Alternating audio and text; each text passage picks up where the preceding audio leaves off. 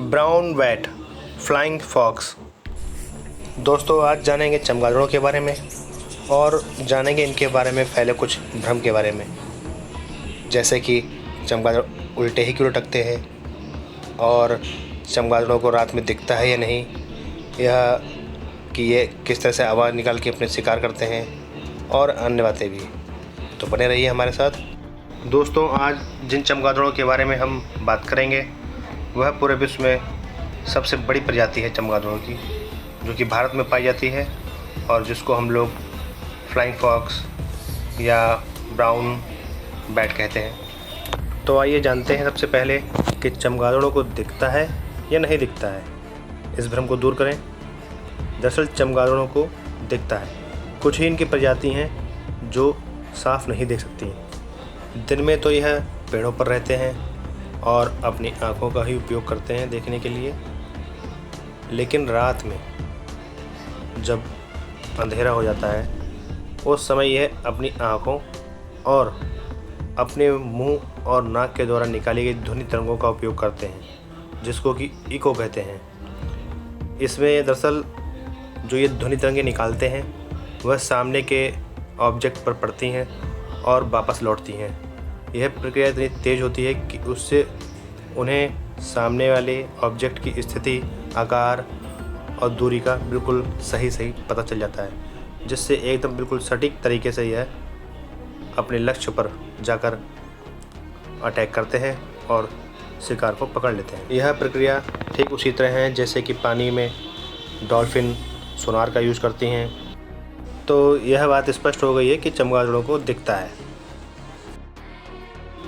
अब बात करते हैं चमगादड़ उल्टे क्यों लटकते हैं। आपने जब भी देखा होगा चमगादड़ पेड़ पर हमेशा उल्टे लटके मिले होंगे।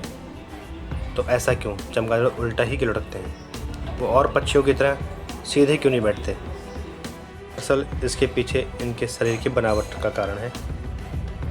दरअसल इनके पैर अविकसित होते हैं और ध्यान से देखें तो पाएंगे कि इनकी पूंछ और दोनों पैर ये आपस में खाल से जुड़े रहते हैं। सिर्फ पंजे ही बाहर इनके दिखते हैं, जो कि पेड़ पर एक हुक का काम करते हैं, जिससे ये लटकते हैं। तो अविकसित पैरों के कारण यह और पक्षियों की तरह दौड़कर नहीं उड़ सकते और यह सीधे जैसे और पक्षी बैठते हैं उस तरह अपने शरीर का भार अपने पैरों पर नहीं ले पाते, जिस वजह से यह उल्टा ही लटकना पसंद करते हैं। और उल्टा लटकने पर जब उड़ते हैं तो इन्हें काफ़ी आसानी रहती है। सिर्फ पकड़ को अपना छोड़ना होता है और सीधे उड़ जाते हैं। आपने कई बार इन्हें ज़मीन पर भी पड़े देखा होगा। देखते हैं कि तब यह और पक्षियों की तरह कूद कर नहीं चलते। ये ऐसा लगता है जैसे रेंग के चल रहे हैं, क्योंकि इनके शरीर की बनावट ही इस तरह की होती है जो इन्हें इस तरह से चलने में सपोर्ट नहीं करती। अतः यह उल्टा लटक कर ही पेड़ों पर रहते हैं। भारत में पाए जाने वाले यह चमगादड़ आकार में लगभग कौवे से थोड़े बड़े और चील से थोड़े छोटे होते हैं और वजन में यह 1 से 1.5 किलो के लगभग होते हैं। लंबाई में यह 1 से 1.5 फीट और पंख फैलाते हैं तो इनकी लंबाई 2 फीट तक हो जाती है।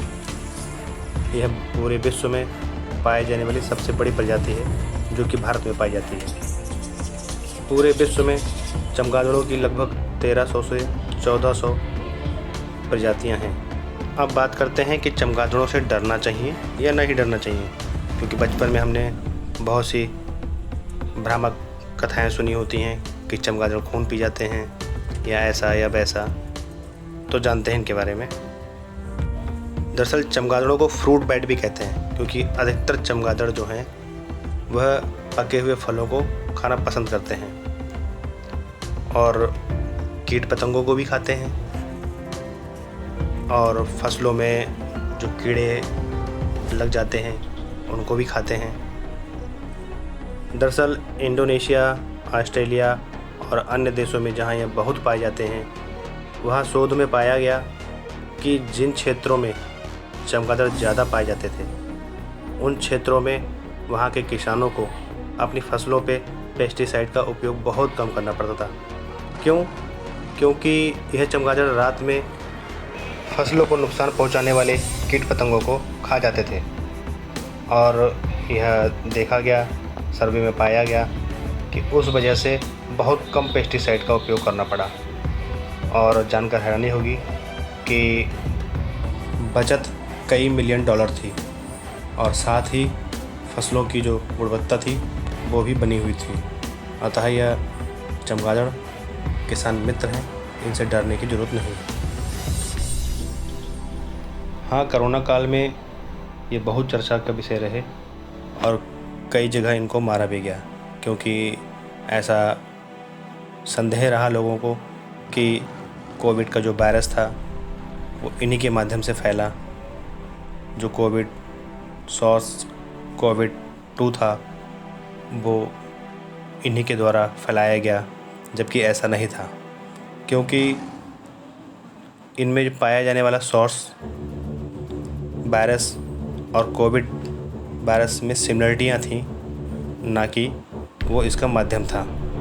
अतः यह बाद में ही भ्रम दूर हुआ और ऐसा बिल्कुल नहीं, इनसे डरने की बिल्कुल ज़रूरत नहीं। प्रकृति का प्रत्येक जीव प्रकृति के हित के लिए है और यह हमारा दायित्व बनता है कि हम प्रत्येक जीव की रक्षा करें, क्योंकि पारिस्थितिकी तंत्र का कोई भी घटक कम या ज़्यादा होने पर वह पारिस्थितिकी तंत्र पूर्णतः नष्ट होने लगता है। अतः पेड़ों को लगाएं, जीवों की रक्षा करें। इसी संदेश के साथ धन्यवाद।